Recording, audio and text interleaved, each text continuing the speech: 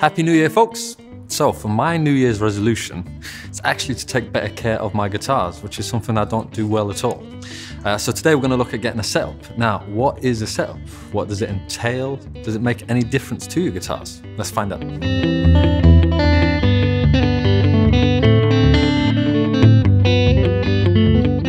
So Logan. What's up, man? I brought in my guitar today and I cannot tell you the last time I had a professional setup. Is that a bad thing? Not at all for me. In terms of the upkeep of your instrument, we generally recommend like once or twice a year, kind of depending on the instrument and how much you play it and the weather and where you live. For me, I love just the dirtiest, most messed up instruments. Oh, really? Because to be honest, I was quite embarrassed. No offense, this is a perfect specimen for today. This is actually, honestly, this is the best it's looked in months. I wish you brought it a year ago then. What are the advantages of actually getting a guitar set up? It's a good question. The biggest thing is just maintenance and extending the life of your instrument. When you walk around a place like this and we've got 50, 60, 70 plus year old guitars, you can see which ones were well maintained and well taken care of. And that means routine adjustments like on the neck and the bridge. It's the same thing, you know, you got to wash your car so the snow and salt and dirt doesn't rust the bottom of your car and all the parts. It's kind of the same thing. So the first thing we're going to do is take these strings off because they are old and gross. If these were brand new strings, no offense. Again, feel like I'm going to be saying that a lot today. That's fine. Look, I fully expect it. It's my own fault. We'll hook you up here. We have a set of strings for you. Do you never just snip them straight away? No, you always want to detune them. You want the tension to be gradually removed from the neck. And also, if you clip them at tension, they're going to fly up and pop you in the eye and trip to the eye doctor instead of the repair shop.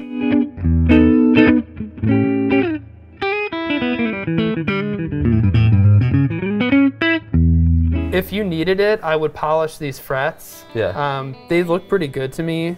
We're just going to give yours a nice conditioning. This is lemon oil, it's furniture oil. You only want to do this on a rosewood fretboard.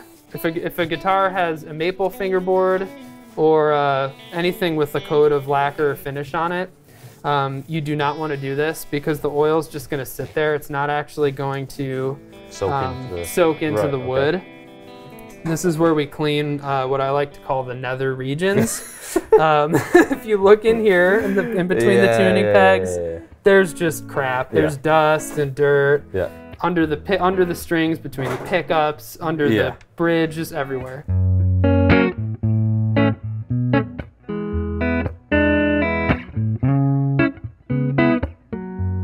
I've been taught so many ways how to put on a string that I was just left confused by the whole thing. All right. I've heard of Nashville knot. Let's clear it up. Right, let's do it then. Let's clear it up. All right, so here's the part you need to know about. Okay. So I like to start with the high E string. It literally does not matter. Right, A lot of people tell you have to like alternate, you know, start with the low one and then do the middle strings. It's kind of an urban... See, this is the thing. I've been told so many things that I should do the low E and the high E and work my way inwards. No, it's not going to hurt your guitar to do this. You're going to pull this tight, each string. Make sure it's in its little saddle slot. Make sure the ball is not like hanging out or anything. So we're good here. And for a Gibson, I like to just go kind of 1 or 1.5 tuning pegs past. And you're going to push it back to where you grabbed it. So there's some slack here. You see that? Yeah. We're going to hold that where it is, and we're going to start to wind it with a string winder. See, I've never seen this one before. So, and check this out.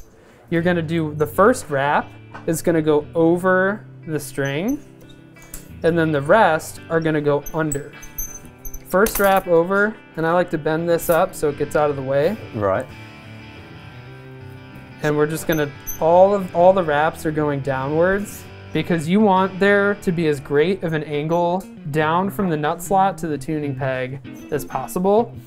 Because that actually holds your string down in the nut slot so you don't get it all buzzing on the first fret. And we're going to do the same thing with every string here.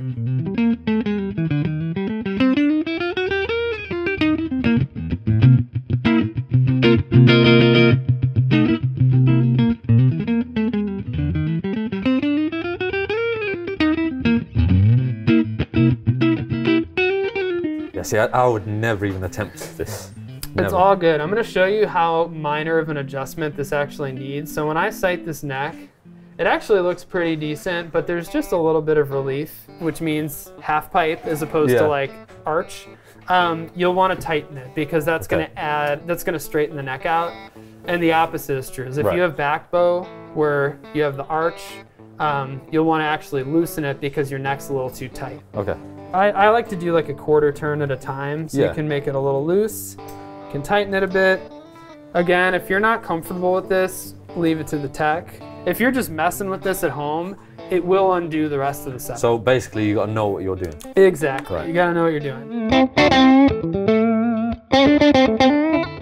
Now, I mean, generally, with my action, for this guitar anyway, I'd want it, I suppose, as low as possible without any buzz. Exactly. Low action, like no buzz else, right? is something we get asked for a lot around here. Some people do ask for really, really specific, like I need 5/64ths or some.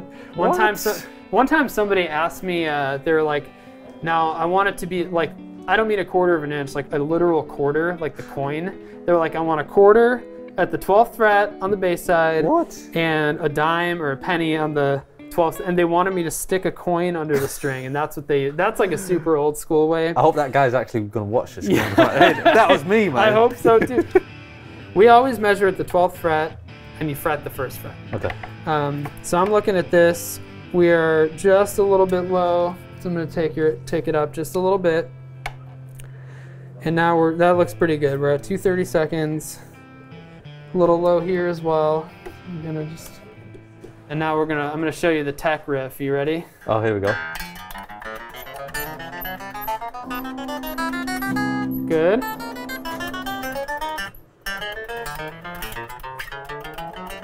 Is that jazz? This is jazz, yes. Yeah. This is a chromatic scale, except it's kind of divided in fourths. Yeah. You can hear Mikey's playing it too over here. Oh, I like it. A little bit of guitar jazz jam and repairing. Exactly. Like yeah, you're gonna hear that song a lot down here. Intonation means, in terms of guitar, that means that the open string is perfectly in tune at the 12th fret. Right. It doesn't mean anything else. Right. If your guitar doesn't stay in tune when you're playing, there's a million different things that could cause that. Yeah, that's not the intonation. Right. So one string at a time, we're gonna check it open. It's gotta be perfectly in tune. And then we're gonna play the 12th fret. And you wanna make sure it's perfectly in tune. This one looks pretty good. You're changing the scale of each string at a micro level. Yeah. So you're moving the saddle forward or back. Because I'll show you right here. If I tighten this, it's going this way. You see it starting to move forward. Yep. And if I loosen it, it starts to go back. So that seems a bit flat, right? Bit flat, exactly. So we're going to tighten that up just a bit. If you find that it's falling out of tune, or like if you're turning the tuning peg and the pitch isn't changing, that means the string is binding in your nut slot. It means it's actually stuck in there and it's not moving. And how would that happen? So for example, if you put a thicker string on, if this guitar was built for 10s that are on it, and then you wanted to put 12s on, I'd have to adjust these nut slots because the string is literally too wide to fit in the little slot. That makes sense. So these seemed fine when I was tuning them. So I think the width of the slots is pretty good. And then the other thing you want to check is the actual height of the nut slot. What we do is we just try to get it as close to the 1st fret without buzzing as possible. Right. So I like to fret the 3rd fret, and then we're just going to give a little tap here. And I can see that the string has some clearance over the 1st fret. This is new to me. I've never even heard Yeah, so the other way you can check if it's too low, if you're buzzing, if your open strings are buzzing, it means your nut slot's too low. If it's too high, it means you're going to be out of tune when you play the 1st fret. Right. So we're just going to do a quick check here because these look pretty good to me.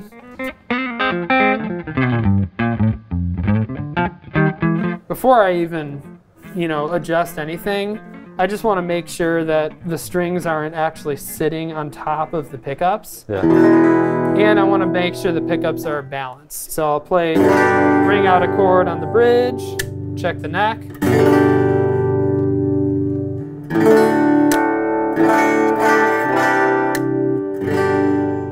Pretty close. What's the importance of actually raising and lowering? That's a great question. So the closer the pickup is to the string, the hotter or sometimes even more distorted it can sound. Yeah, because it sounded a little bit more distorted on the bridge. I noticed that too. Yeah. So I'm actually going to lower it just a little bit. Okay. And just like I would fret the first fret when I check the action, we're going to fret the highest fret on each side to adjust this. And the reason for that is, like, the higher up the fingerboard you play, the closer the string is going to end up being to the pickup. So if we just play this, you rarely use this fret, I assume. I don't know, from time. Well, no, but there you go. So, but you might. So you want to. This is like the. I don't use that one. I'll be brutally honest. No one uses that. But either way, this is like the last case scenario. So we're over here. So I noticed the bridge pickup was really distorted. So we're lowering that a little bit. And I also noticed the neck pickup was kind of warbly and didn't have a lot of high end. So I'm gonna adjust the treble side. I'm actually gonna raise the treble side a little bit because I want to hear some of that high end on the neck pickup. Some people don't like that, and like, you know, you're a jazz guy, you might like a really warm neck pickup. But I think this will brighten it up just a hair. And it's one of those things where if you're like, hey man, my neck pickup's too bright, it takes 1 second to adjust that. All right, so you tell me what you think now. All right then, let's see. You're listening, you want to feel how it plays, listening for it to be in tune, and for the pickups to respond how you want.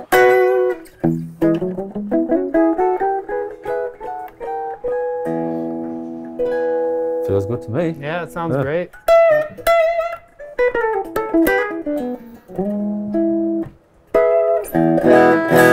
Feels great. I mean, it just feels so much cleaner. Yeah, absolutely. I'm gonna enjoy playing it now.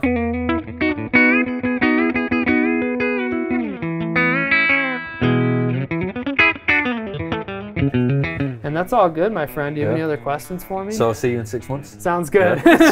No handshake, but we'll do. Yeah, there we go. I tell you, because you did such a good job. We've reached the bonus round. Oh. I've got another guitar for you. Oh, you ready for this? Glad to hear it. Right, you'll be back in a sec. You're not allowed to peek. Oh, yes. 20 minutes, hands down. Now, I'm going to take gauge 80 through to 200. Okay. Right, have you got those in stock? Sounds good, man. What do you even do with this thing? Stuff. So I've learned a lot from Logan and his setup of my guitar. I'm feeling a little bit more brave now to try things at home, such as the TRUSS rod and the intonation. And I think I actually might start to change my own strings for once. So let us know what you think the next video should be on. Just let us know in the comments below. And hopefully your questions can be my questions. See you next time.